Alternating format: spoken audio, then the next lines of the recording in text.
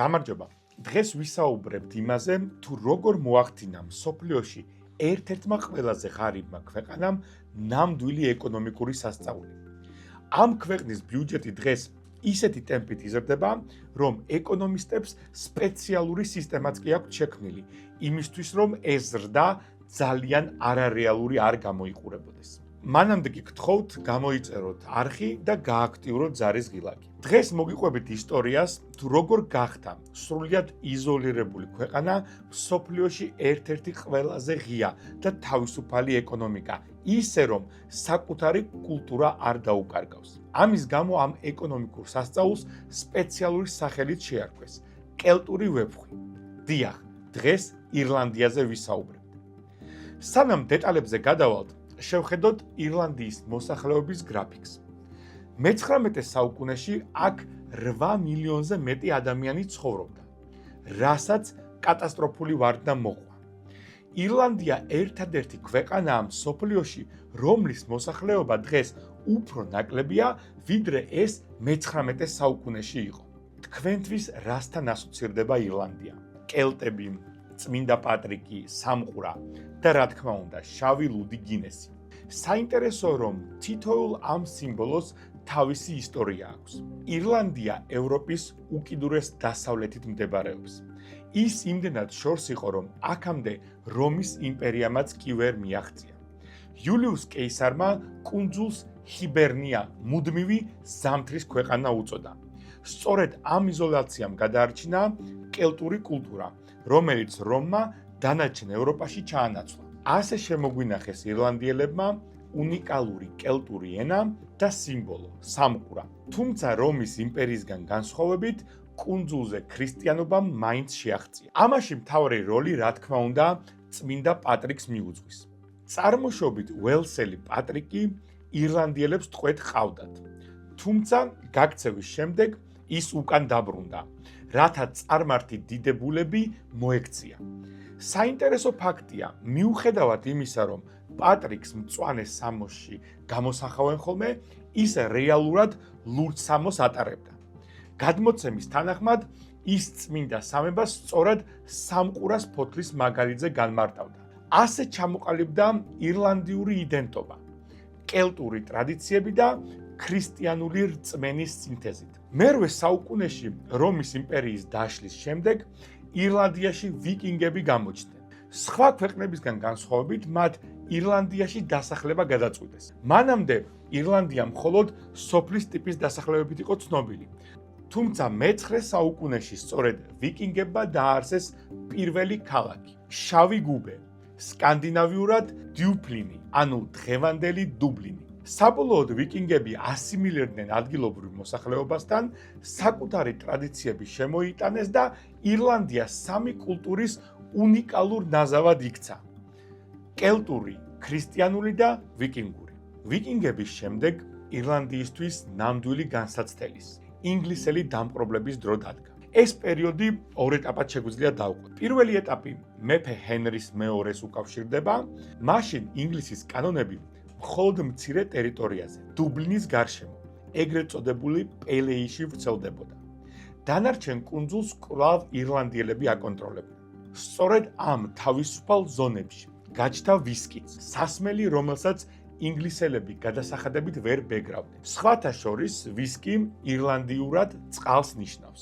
მეორე უმძიმესი ეტაპი ჰენრი მერვეს დროს დაიწყო. ინგლისი პროტესტანტული გახდა. ირლანდიამ კი კათოლიკობის ერთგულობა აირჩია. რელიგიურ ნიადაგზე დაწყებული დაპირისპირება 1649 წელს ოლივერ კრომველის სასტიკ ლაშქრობაში გადაიზარდა. კრომველმა მოსახლეობა ამოჟლიტა, მიწები კი ინგლისელ და შოტლანდიელ პროტესტანტებს დაურიგა. ირლანდიის დღევანდელი პეიზაჟიც ამომების შედეგია. ადრე კუნძული ტყეებით იყო დაფარული, სადაც ირლანდიელი მებრძოლები იმალებოდნენ. ინგლისელებმა ეს ტყეები ამოჩეხეს, იმიტომ რომ ეპოვათ ეს მებრძოლები. განსაკუთრებით მძიმე ვითარება ჩრდილოეთში შეიქმნა, სადაც ბრიტანელებმა შოტლანდიელები ჩამოასახლეს. სწორედ მაშინ გაჩნდა მკვეთრი ზღვარი. იყო ირლანდიელი, ნიშნავდა იყო კათოლიკეს, რომელსაც არც განათლების, არც პარლამენტში ყოფნის და არც მშობლიურ ენაზე საუბრის უფლებაც არ ჰქონდა. ასეთი დამოუკიდებლობის მიმართ პროტესტის ნიშნად ირლანდიელებმა თავიანთ სიმბოლოდ მწვანე ფერი აირჩიეს. მანამდე, როგორც გითხარით, ირლანდიაში დომინანტური ფერი ლურჯი იყო, რომელსაც ინგლისელები იყენებდნენ და შესაბამისად ირლანდიელებმა ამ ფერზე უარი თქვეს. საბოლოოდ 1800 წელს საფრანგეთისა და ნაპოლეონის შიშით ბრიტანეთმა ირლანდიის სრული ანექსია მოახდინა. მიუხედავად პრემიერ-მინისტრის უილიამ პიტის დაპირებისა, მეფე ჯორჯ მესამემ კათოლიკეებს უფლებების გათანაბრებაზე უარი უთხრა. ირლანდიამ დამოუკიდებლობა დაკარგა.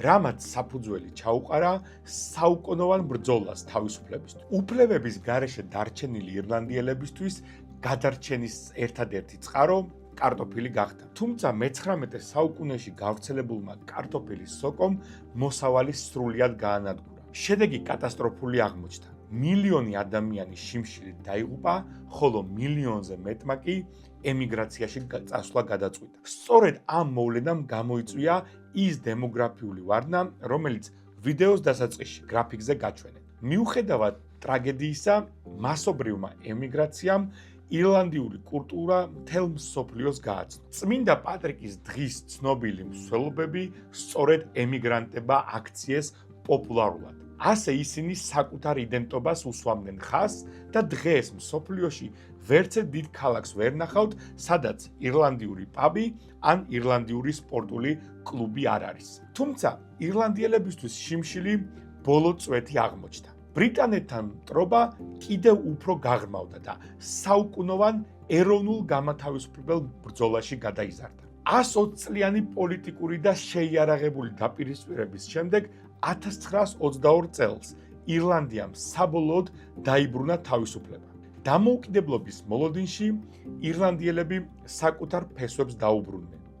დაიწყო კელტური კულტურის რენესანსი. ხალხმა აღადგინა მივიწყებული ენა, სიმღერები და ლექსები. სწორედ ამ პერიოდში ჩაისახა მომავალი ირლანდიური სახელმწიფოს იდეა. მე-19 საუკუნის ბოლოს პროტესტის ახალმა ტალღამ იფეთქა, რომელსაც მიწის ომი უწოდეს. სწორედ ამ დროს გაჩნდა სიტყვა, რომელსაც დღეს მთელი მსოფლიო იყენებს: ბოიკოტი. ის ინგლისელ ბარონს, ჩარლს ბოიკოტს უკავშირდება. ირლანდიელი გლეხები ბრიტანელი ლორდების მიწებს ამუშავებდნენ, თუმცა ცუდი მოსავლის გამო გადასახადებს ვეღარ იხდიდნენ. მათ სამი სამართლიანი მოთხოვნა დააყენეს. პირველი, გადასახადების სასამართლოს უნდა დაედგინა და არა ლორდს. მეორე, კეთილსინდისიერი გადამხდელი მიწიდან არავის არ უნდა გაეგდო და მესამე, მიწის გაუმჯობესება, ინვესტიცია გლეხის საკუთრება უნდა ყოფილიყო.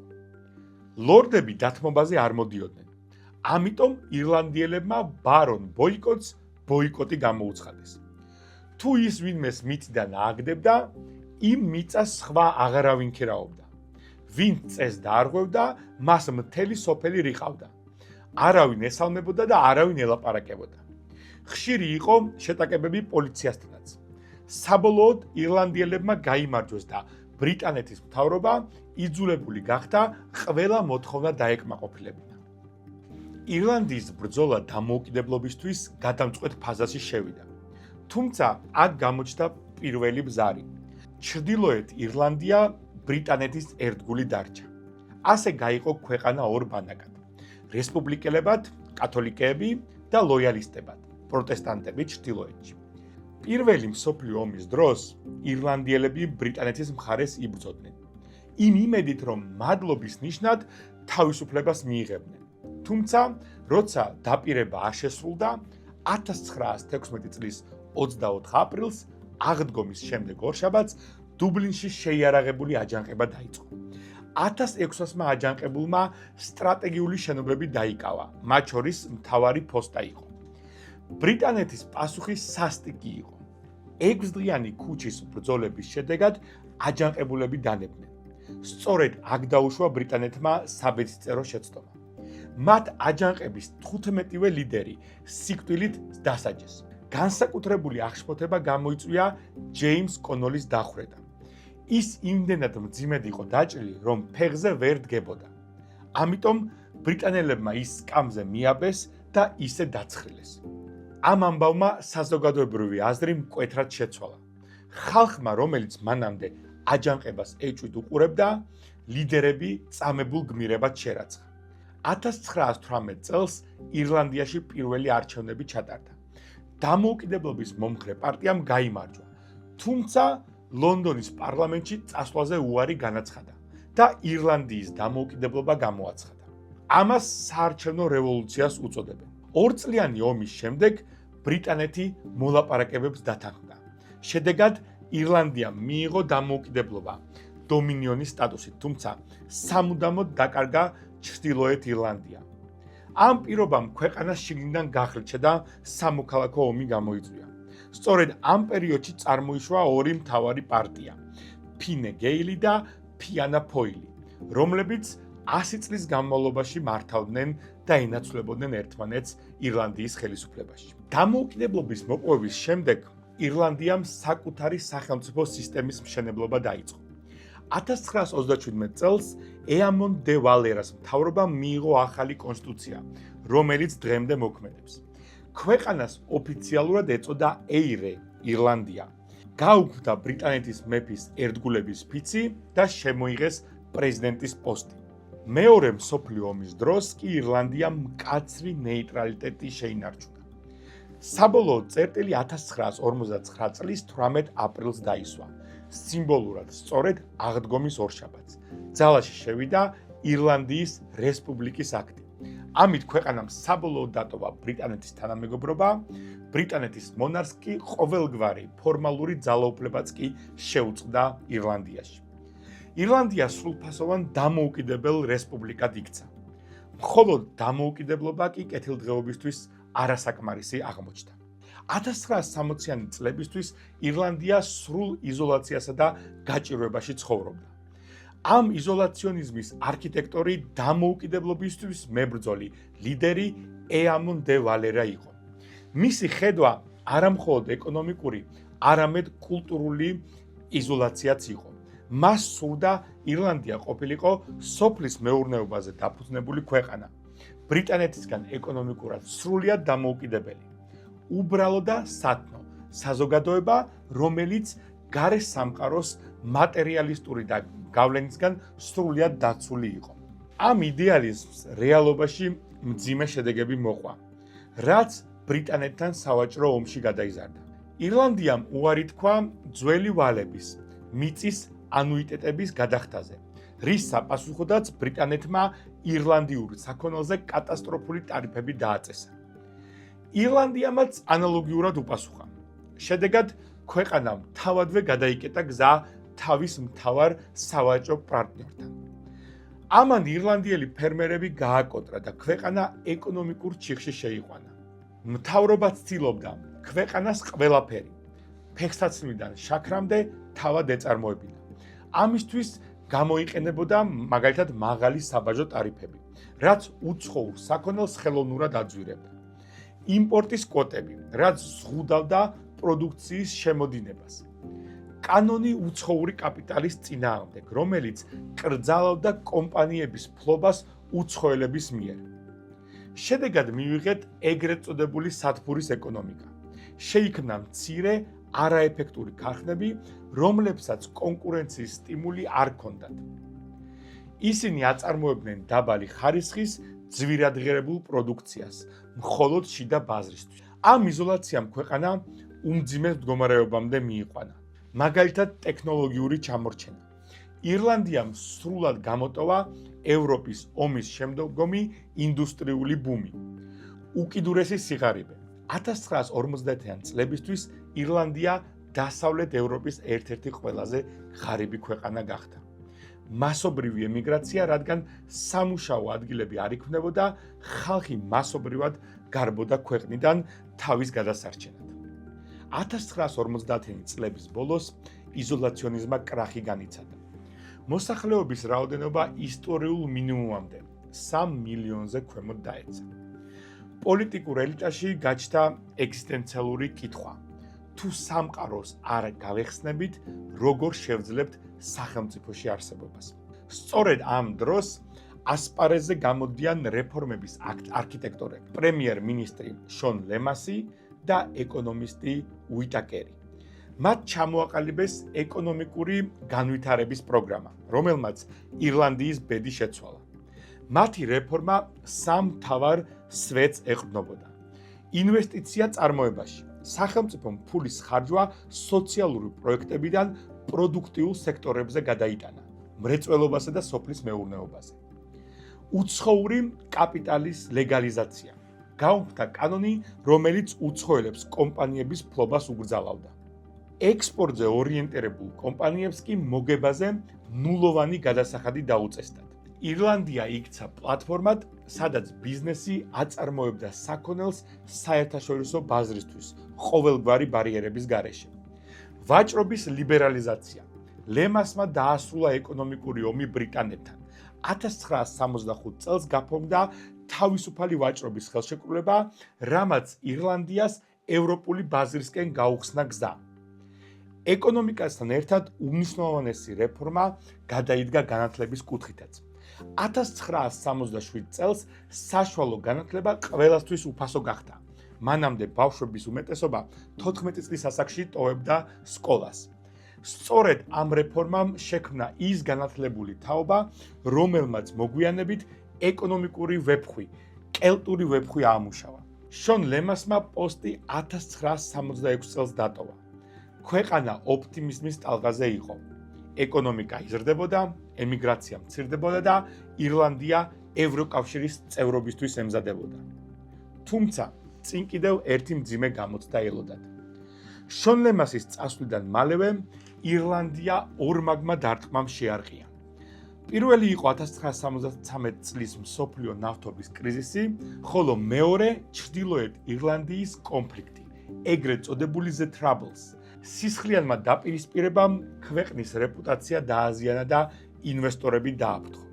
ვითარება კიდევ უფრო დაამძიმა 1977 წლის მთავრობის ფატალურმა შეცდომამ. ხელისუფლებამ ბრიტანეთისგან ისევ მილიარდობით ფუნტის სესხება დაიწყო, რათა დაეფინანსებინა სახელმწიფო სექტორში სამუშაო ადგილები. ირლანდია უფასო ფულის ილუზიაში ცხოვრობდა. რეალური ეკონომიკა კი ჭაობში იძირებოდა. 1980-იანი წლების შუა პერიოდში ქვეყანა სრულ კოლაფსამდე მივიდა.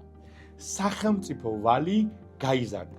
შემოსავლების უდიდესი ნაწილი მხოლოდ ვალის პროცენტის გადახდას ხმარდებოდა. 1987 წლისთვის უმუშევრობამ კატასტროფულ 18%-ს მიაღწია. ახალგაზრდები, რომლებმაც ლემასის დროს უფასო განათლება მიიღეს, ქვეყნიდან მასობრივად გარბოდნენ.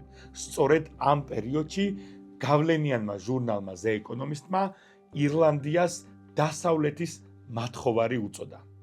ქვეყანა უფსკულის პირას იდგა. ზუსტად იმ დროს, როცა ირლანდია ყველას ჩამოწერილი ყავდა, მოხდა ის, რასაც მოგვიანებით კელტური ვეფხვი ეწოდა. 1987 წელს ორმა ფუნდამენტალურმა ცვლილებამ ქვეყნის ბედი შემოატრიალა. პირველი იყო სოციალური პარტნიორობა, ისტორიული ზავი მთავრობას, ბიზნესსა და პროფკავშირებს შორის. პროექტის ავტორები ბერტი აჰერნი და ჩარლზ ჰოგი იყვნენ. შეთანხმება ასეთი იყო: მუშები თანხმდებოდნენ დაბალ და პროგნოზირებად ანაზღაურებას, რაც ინვესტორებისთვის მიმზიდველი იყო, ხოლო სანაცვლოდ მთავრობა მათ საშემოსავლო გადასახადს უმცირებდა. შედეგად გაფიცვების ერა დასრულდა და ქვეყანამ სტაბილურობაში შეაბიჯა. მეორე გადამწყვეტი ნაბიჯი ფინანსთა მინისტრ რეი მაკშარის უკავშირდება. მას მაგზი ქნაიფ მაგდანა შეარქვეს, რადგან ყველაზე დაუნდობელი საბიუჯეტო შეკვეცები გაატარა. მან რადიკალურად შეამცირა სახელმწიფო ხარჯები, თითქმის ყველა სფეროში, რათა ქვეყანას ვალები დაეფარა და ინფლაცია შეემცირებინა. ამ რეფორმებმა წარმოუდგენელი რამ მოახდინა. ოპოზიციამ ალან დიუსკის მეთაურობით მხარი დაუჭირა მთავრობას და პოლიტიკოსებმა ქვეყნის გადასარჩენად ერთმანეთთან ომი შეწყვიტეს.